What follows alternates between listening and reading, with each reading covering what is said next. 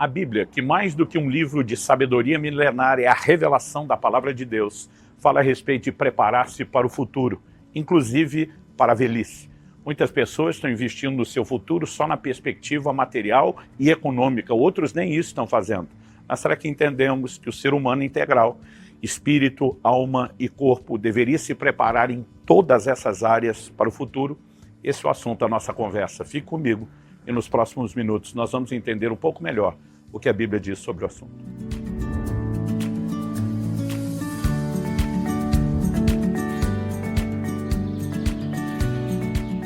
Estou hoje no Centro Cultural Matarazzo, em Presidente Prudente, São Paulo, passando para trazer mais uma palavra ao seu coração. E o texto que nós vamos usar como base da nossa reflexão está em Eclesiastes, capítulo 11. Eu vou ler os versículos 9 e 10 e, na sequência, a continuação, Eclesiastes, capítulo 12, verso 1. O texto diz: alegre-se, jovem, na sua mocidade, e que o seu coração lhe dê muita alegria nos dias da sua juventude. Ande nos caminhos que satisfazem ao seu coração e agradam seus olhos. Saiba, porém, que de todas essas coisas Deus lhe pedirá conta. Afaste do seu coração a mágoa, remova do seu corpo a dor, porque a juventude e a primavera da vida são vaidade. Lembre-se do seu Criador nos dias da sua mocidade, antes que venham os dias maus e cheguem os anos em que você dirá: não tenho neles prazer. O autor, por inspiração divina, está falando aos jovens que normalmente não pensam no futuro. Ele está dizendo: olha, você pode se alegrar na sua mocidade, que o seu coração lhe dê alegria, mas ele chama esse grupo particular de pessoas que normalmente não pensa tanto no futuro a avaliar. Você pode andar nos caminhos que satisfazem o seu coração, mas avalie que a vida é mais do que isso. Saiba, porém, que de todas as coisas Deus te pedirá conta. Eu diria, antes de mais nada, que a melhor forma de viver a vida é lembrar-se de que ela não apenas tem um fim, quando falamos da nossa existência terrena, mas que depois do fim da existência terrena nós temos uma eternidade. E essa eternidade, ela é determinada pela forma como vivemos aqui.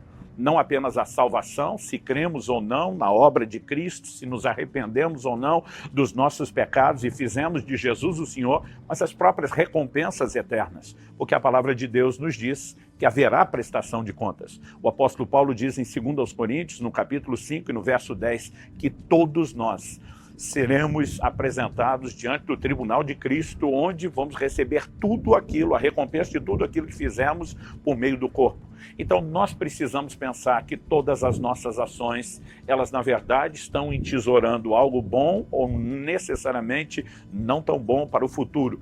E nós precisamos pensar, além dessa vida que é limitada, que é transitória, além dessa finitude, nós precisamos pensar na eternidade. E precisamos também pensar que o ser humano, como ser integral que é, além de um ser espiritual, ele também é emocional e físico. Em 1 Tessalonicenses, no capítulo 5 e no verso 23, o apóstolo Paulo diz, que nós devemos guardar, o nosso ser inteiro deve passar pelo processo de santificação, e ele diz que o nosso espírito e alma e corpo sejam guardados íntegros, irrepreensíveis, até a vinda de nosso Senhor Jesus. E quando eu olho para esse texto, eu vejo uma preocupação com o ser integral.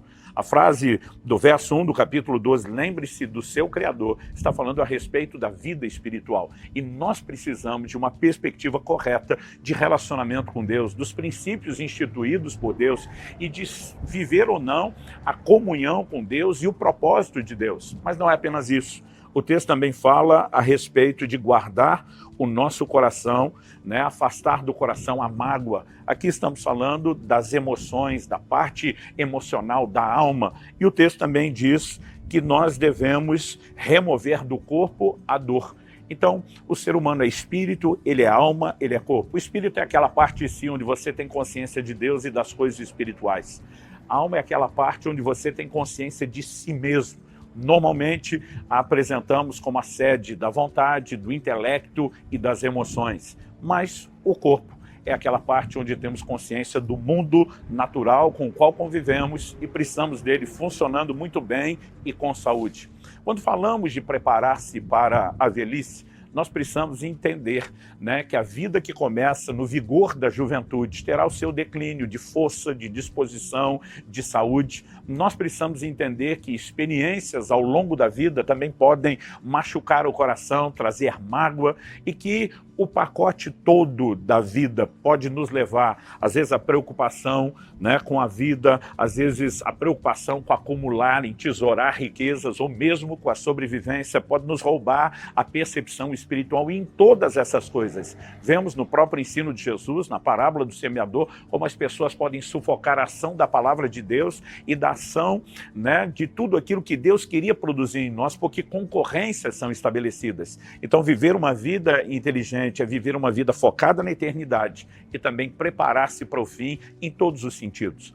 Nós olhamos para o próprio ensino bíblico e vemos que a ideia de provisionamento está lá. Quando Deus usa José para comunicar a Faraó a revelação de que viriam 7 anos de prosperidade, das chamadas vacas gordas, seguidos depois de 7 anos de escassez, as vacas magras, a sabedoria divina apresentada é: não gaste tudo no tempo da prosperidade.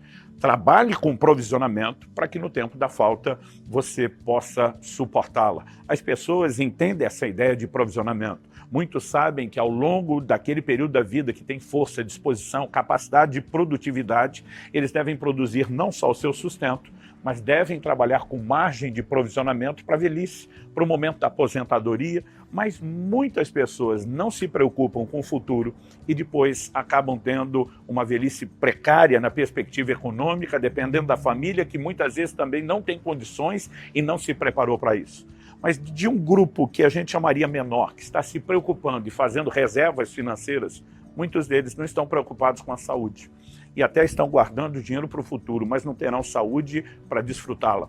Quando olhamos para a palavra de Deus, além da preocupação com o elemento espiritual, que evidentemente vem em primeiro lugar, é aquilo que nós chamaríamos e definiríamos de o mais importante. Nós não podemos também só espiritualizar e negar a importância das outras áreas. Nós precisamos guardar o coração, afastar dele a mágoa, viver a vida com leveza e manifestar o amor de Deus. Quando Jesus nos ensina a perdoar, muitas pessoas tratam isso como se fosse algo injusto. Alguém me feriu, me ofendeu, eu tenho que deixar para lá, isso é injusto.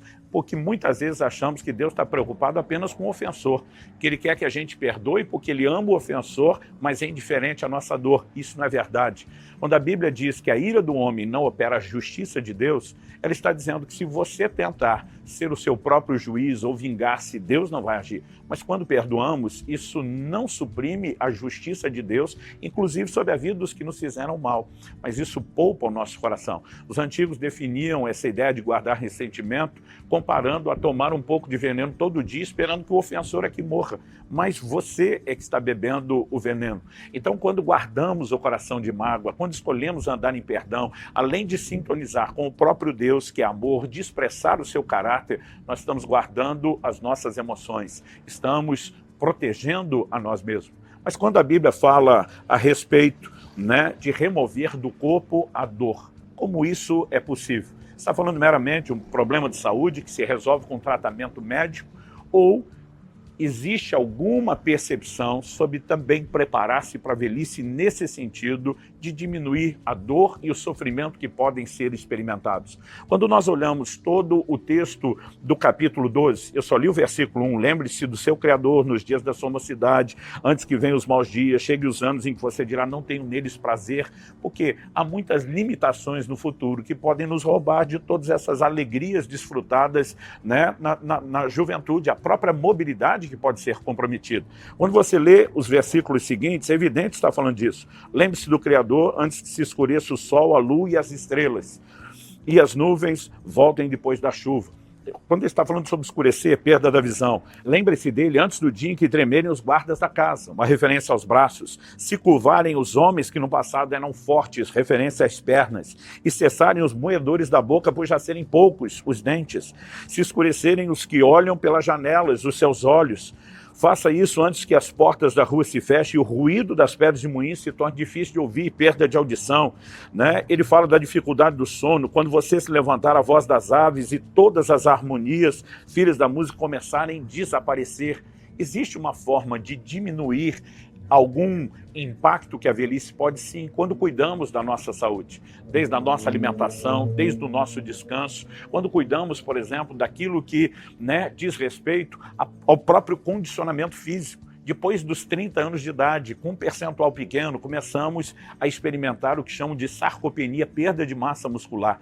As pessoas que não se exercitam, por exemplo, não estão fazendo investimento para a sua velhice. Antigamente, quando não existia sedentarismo, isso era um problema que era resolvido com um estilo de vida normal. Hoje, quando já não temos tanto trabalho manual, vivemos de sedentarismo, estamos comprometendo a saúde do futuro. E é importante que você se exercite. Por exemplo, o exercício cardiovascular ajuda a prevenir demência. A irrigação sanguínea produzida pelo exercício no cérebro tem o poder de produzir neurogênese, a formação de novos neurônios. Mas você pode ter uma cabeça boa e perna ruim.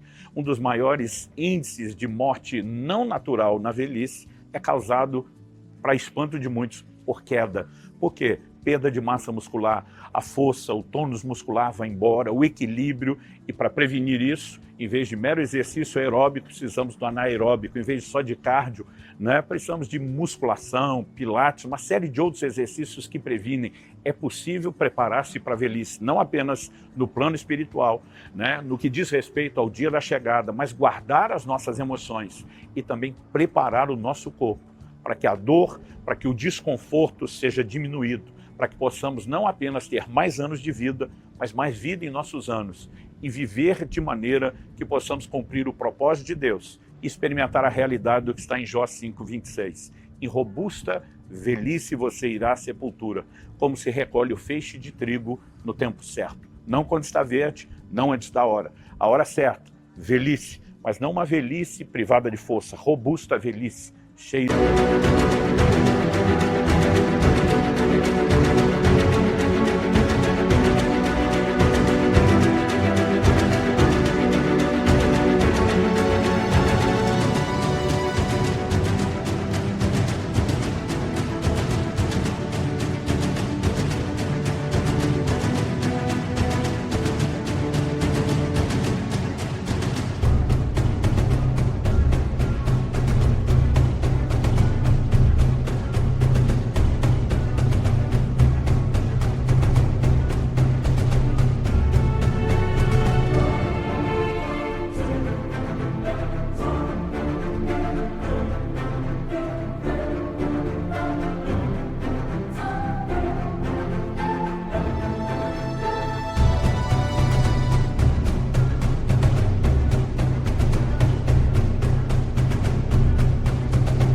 saúde. Que Deus nos ajude a ter inteligência de corresponder com a orientação da sua palavra e nos prepararmos para a velhice antes que ela chegue. Porque quando chegar, você só vai colher aquilo que plantou nos anos anteriores.